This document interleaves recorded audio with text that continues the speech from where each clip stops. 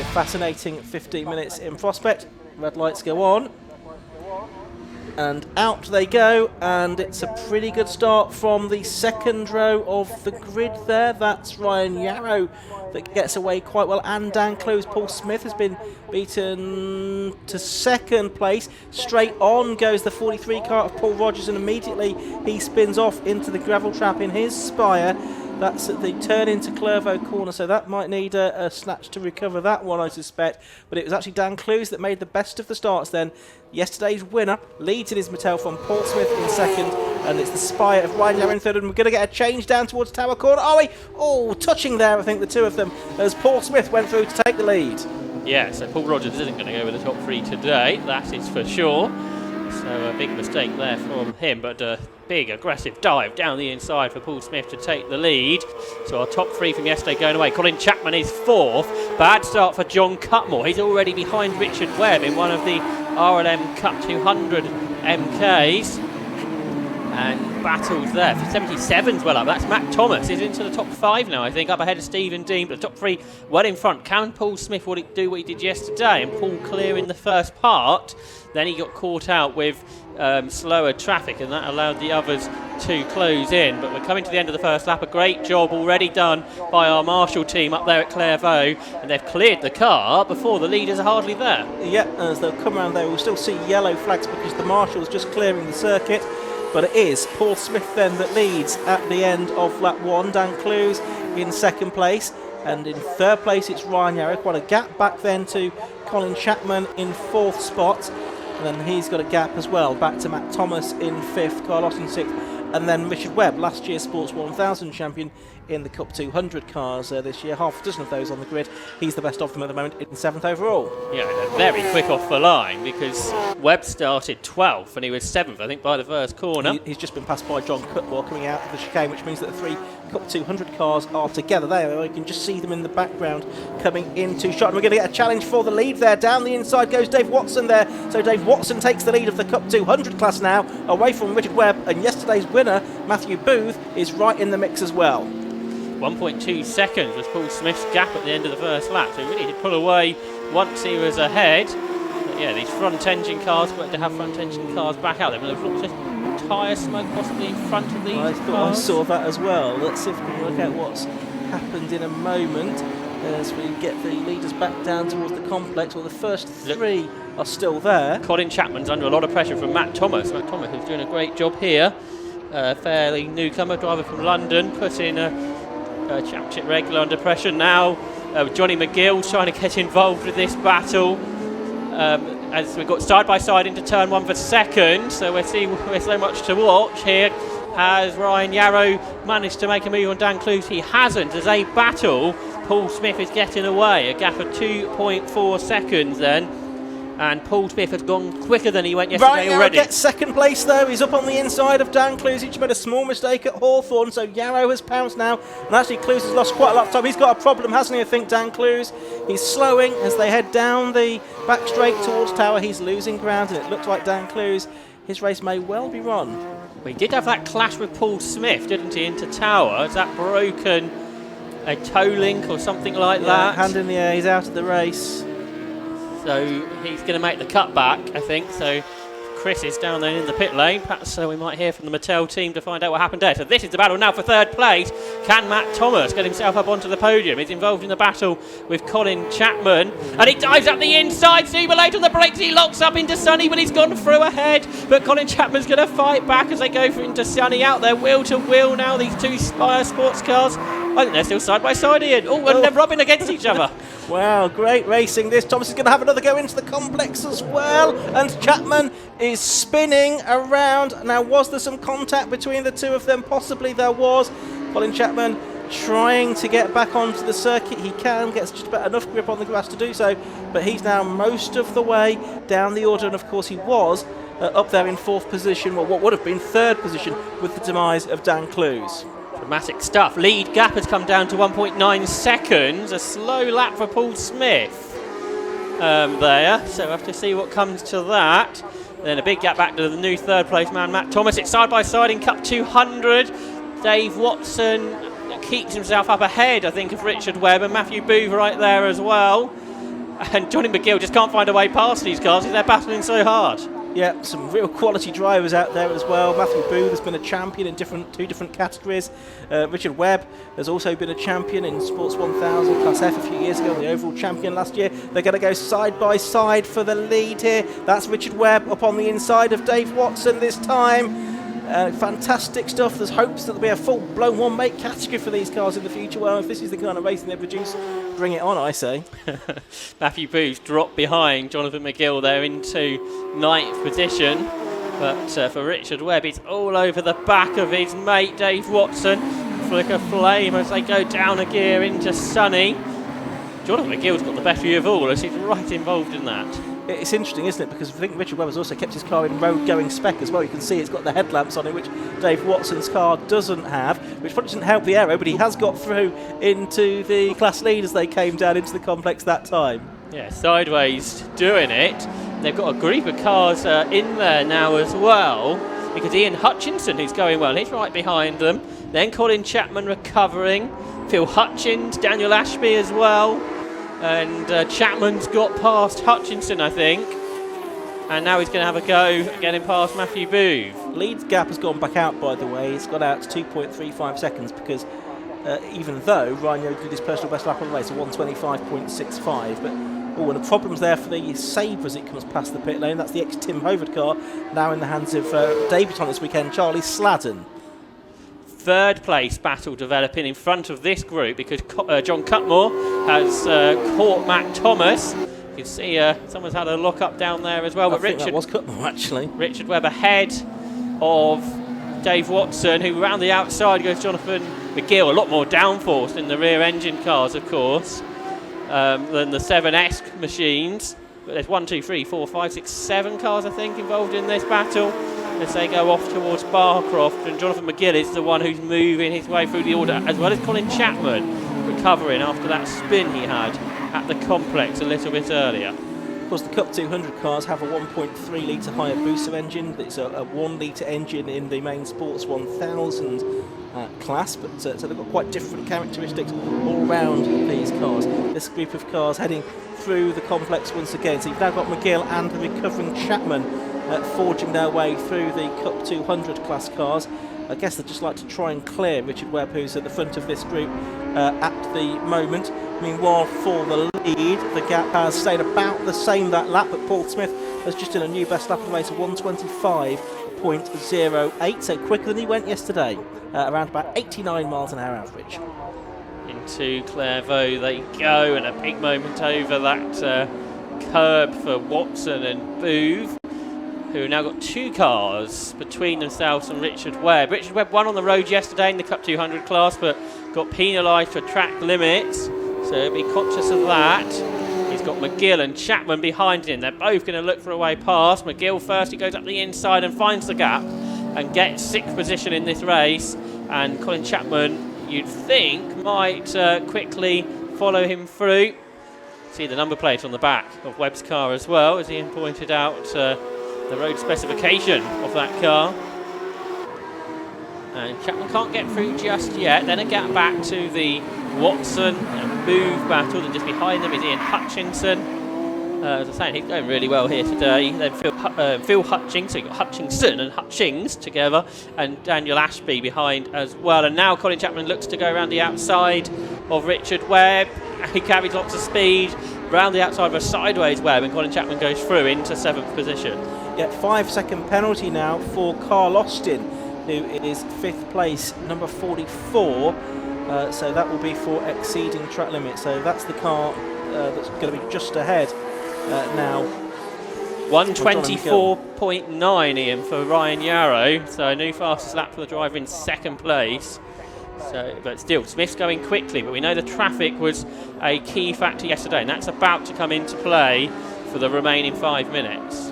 Yeah, and 3rd and 4th is now really close. That's just coming out of Tower Corner. It might be a battle worth picking up in a minute, just heading up towards the Jim Clark S's, because Matt Thomas and John Cutmore were right together, only about half a second between them at the start of the lap. But we're watching the battle for second in the Cup 200 class cars at the moment, and it's Booth that's going to get ahead, I think, of David Watson at Tower Corner.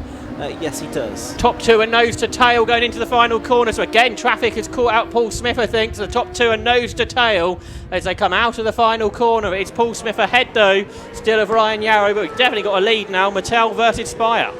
Yeah, we have indeed. So that has come right down. Now, why was that? Was it a slow lap for Paul Smith?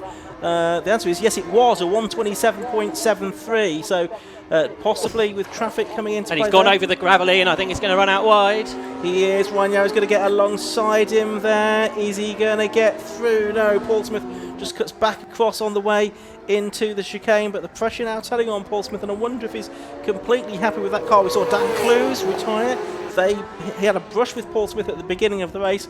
I wonder if something's been damaged on Paul Smith's car as well, and there's some legacy problems as a result of that. Ryan Yarrow, the champion from 2020 and 2021 in this self-run Spire, is giving Paul Smith, the four-time Formula V champion, a very hard time indeed. Yeah, again, I think it was traffic induced at that time. They did have a couple of cars to lap, and of course Paul Smith is the first one to come on them, and perhaps with a bit of an advantage, he's just a little bit more cautious when he catches them, because of course Ryan Yarrow, that's how he lost the race yesterday, because he had the spin while lapping another car. Into the complex they come with 4 minutes to go. This is lap 8. It's a jump start penalty for Cole Austin, isn't it? I'm not sure if you said that when we found out about the penalty. Well, it was 5 seconds, and now it's showing us 10 seconds. It's usually gone from 5 to 10 rather than 5 to 15. Yeah, on the bottom of my screen it says jump start, so perhaps it was writing incorrectly to start with. Fine. But that could affect his 5th position, because he's just under 10 seconds ahead of Johnny McGill. Leaders have gone through again, 3 minutes 20 to go, so they'll probably get 3 more laps out of this one. Just having a look at what's going on in the battle for third. This is the battle for third, actually, is probably worth picking up as well, if we can. Although having said that, just as I say it, John Cutmore loses a few lengths by making a bit of a mistake coming out of the hairpin. So we'll stick with the leaders for the moment. Paul Smith, number 3, it is that's still leading by about 4/10 from Ryan Yarrow. Can Ryan find a way through, though, in the remaining 2 or 3 laps of this race? Round tower they go. Paul Smith in the Mittel that he's been running for a few seasons now, after his switch into Sports 1000. Steve helping to run the car as well. And it's sunny now, they've got one of the backmarking Cup 200 cars to lap here, so this could be interesting, Josh. Yeah, because this is where Paul Smith hasn't been as confident, it would appear, over the course of this weekend, but he's able to keep Ryan Yarrow at bay this time as they turn their way through. I think that was Chris Wilkinson who they just lapped. More problems for the Sabre. It's got some sort of gearbox issue, I think. Here comes Yarrow down the inside into the final corner, up alongside Paul Smith. They're wheel to wheel. Who's got the traction? It's the inside line for the Spire, and Ryan Yarrow goes through to lead with 2 laps to go. This is the point yesterday when it all came alive, isn't it? So maybe that's what's happening again. But Ryan Yarrow now moves into the lead of the race, and he was in the lead of the race briefly yesterday as well. Paul Smith will be looking to challenge in the remaining lap and 3/4 that they now have. For third place now, Matt Thomas is a lot more comfortable, number 77, over John Cutmore in 4th position. Then you've got Carl Austin 5th, and I think he may well drop behind Johnny McGill and Colin Chapman on adjusted times as things stand. Yarrow out over the grass coming out of town. They've got these 3 cars to lap very shortly, and that's going to really surely come into effect. Cole Alaban and Stephen Hullock, and I think Charlie Sladden as well, all involved in that battle that the leaders are about to catch at the end of the penultimate lap. And now it's Ryan Yarrow who's going to be the first one to catch them, which he hasn't really been, and they go up the inside of the first couple. This is where Yarrow came unstuck yesterday, and Paul Smith goes around the outside of him. And can Paul Smith make this work? There's another car on the apex of the next corner, so that means Yarrow can go around the outside, but has he got enough space to work with? No, he's over the grass, he's sideways. Paul Smith sideways on the inside, and they both come to the apex of the hairpin together, just like a lap ago. It's Ryan Yarrow who's still in front. Last lap board goes out, so drama's there with the 2 leaders and the traffic, but I don't think there's going to be any more traffic that's going to come into play between now and the end of the race. So it should just be a clean fight between the 2 of them. and Ryan Yarrow and Paul Smith. Matt Thomas a long way back in third place. The Londoner, though, I think heading for his first Sports 1000 podium. But we'll keep an eye on the two leaders for the moment. Along the back straight they go. There's about 3 car lengths between them, I can see, as they head down into Tower Corner. So Paul Smith not really close enough to make a move yet. So where's he going to do it, Josh? Not sure, but the second Metello's retired. That's Phil Hutchings, who was running in 10th position. He's off at Hawthorn. The leaders are past that yellow flag section. It's surely got to be the complex as the only place left, but it's the traffic that really assists. But Smith's so late on the brakes there. So it's right now with Yarrow, who runs wide. So this is absolutely an opportunity now, because Paul Smith has got his front splitter almost right underneath the rear diffuser of the leading car, but then Smith runs out wide, hops over the curb, and that may be it. So Ryan Yarrow with a slightly bigger gap into the complex. Yep, it's a few car lengths. I don't think Paul Smith's going to be able to do anything about it there. It's not for the want of trying, though. He's continued to push on. So we're going to have had a situation whereby Paul Smith has done a lot of leading in the first 2 days. He might still get the win here. He was right under the rear of the Spire as they came through the hairpin. He's not going to do it, though. So 2 different winners, and neither of them have been Paul Smith so far. Dan Clues yesterday, Ryan Yarrow winning today in the Spire by about half a second or so, 8/10 in fact it was in the end, from Paul Smith in second place. Third place should go the way of Matt Thomas. He's just making his way out of the hairpin now. There on screen you can see Matthew Booth pushing on. He's still in second place in the Cup 200. Across the line, though, from our commentary box window I can see is 77 Matt Thomas. He takes third place. John Cutmore takes fourth position. And then fifth on the road it's going to be Carl Austin, but he will lose that position to Colin Chapman with that penalty that's going to be applied to his time, and Johnny McGill will be classified inside the top 6. The best of the Cup 200 cars is just about to come up to the line now as well, and that is going to be Richard Webb. So 2 different winners in Cup 200 so far during the course of this weekend as well, Josh. Yeah, great motor racing, and battled right down the field to the line. There, you could see across the line. But I think that is Matt Thomas's first podium, isn't it? Just check some of the previous results. I remember he did well at Alton Park a couple of years ago, but I don't think he quite made the podium on that occasion. So here be a delighted driver talking to Chris Stevens. I'm sure Ryan Yarrow will as well. But Paul Smith, who has led all but about 3 or 4 laps this weekend, is yet to win. He's had second place on both occasions, and Ryan Yarrow having that move into the hairpin there, not an obvious place to make the move. Then we had that side-by-side action through the traffic, which was so spectacular. What a weekend this has been for Sports 1000, and this combination with the Cup 200 cars for this season seems to be working also well, and really looking forward to the rest of the season. But here at Croft, let's have a look at the results of round 2. Yeah, Ryan Yarrow, the winner, with an 8/10 of a second margin in car 54 from number 3, Paul Smith, in second place. But a great motor race we had between those two, and credit too to Matt Thomas. He had to really work quite hard to fend off John Cutmore for most of that race. So 77 Matt Thomas took third, 98 John Cutmore was fourth.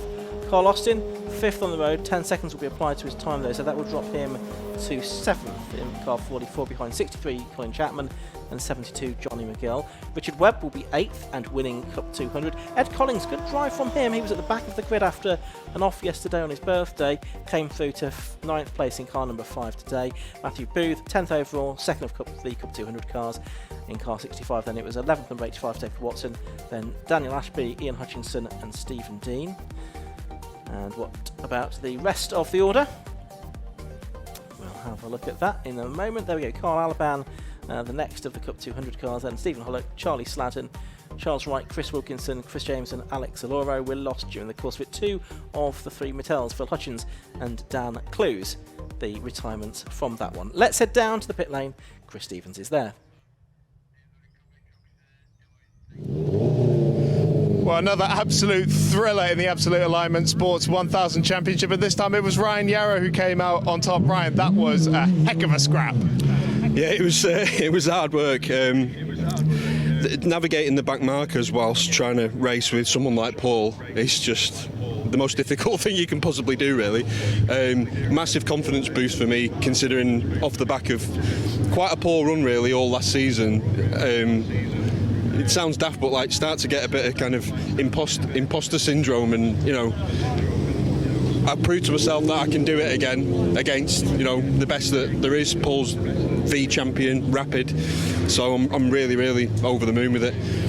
And after quite a chaotic race yesterday, this must feel pretty sweet. Yeah, I mean, it was Paul's, then it was mine, then it was Dan's, and it was anyone's, and I was still happy with I wasn't happy with how the race finished, but it was a good race. But I thought today, like, I was really fired up after yesterday. I thought I can do it. So. Yeah, it's just brilliant. Yeah. Oh, awesome stuff. Congratulations on the win. A fantastic drive in what is a very smartly re-liveried machine as well. Let's go and talk to Paul Smith. Hello, Paul. How was that for you? It's so close yet so far. Yeah, I've sort of got a bit stitched up with the back markers so far this weekend. So, but Ryan was quick enough to be there and hunted me down. We had a good little tussle going into the hairpin. I never knew where he was. There was cars in between, and so yeah, it was a good race. And of course, you put on a fantastic, hard and fast move on Dan Clues on the opening lap as well. Just talk us through that. Yeah, well, our car's really fast on these tyres for about 3 or 4 laps. So I was trying to get away, and I can't get the starts right, but I was able to get him and, yeah, just get on with it. Yeah, it seems like in both races you've been able to build up an early lead, but then come under pressure later in the race. Why do you think that is? Well, the race yesterday, we had throttle problems sticking wide open, so trying not to throw it into the barrier was meaning I had to go slower. That one was just pure pace, so no, we didn't quite have it. The car went off a bit, but we'll try and sort something out for the next one. All right, well, good luck with that. We hope to see more battles like that in the future. Reigning overall champion Richard Webb now running in the Cup 200 class, the victor in this one. That was... everyone was talking about the fight at the front, but you guys had another epic scrap. These things, you got to try these things out. You just smile the whole time you're driving them. They're just so equal. The toe is so important. And racing against Dave and Matt like that, you can just race so close but fair. It's just absolutely brilliant. Loved it. So a fantastic advert for the championship and your ambitions to have a one-make series of its own. Absolutely. This is what it's all about. We've got 6 cars here this weekend. We've got 8 confirmed for Alton. I can easily see it being 10, 12 by the end of the year at this rate. And what do you think maybe next year? Will we have its own grid? Let's see how this year ends out, but that's what we're pushing for. Great start to the Cup 200 class. Congratulations to you on the class win. Ian, Josh, let's go back up to you. Coming out next, the 5 Club Racing MX5 Cup.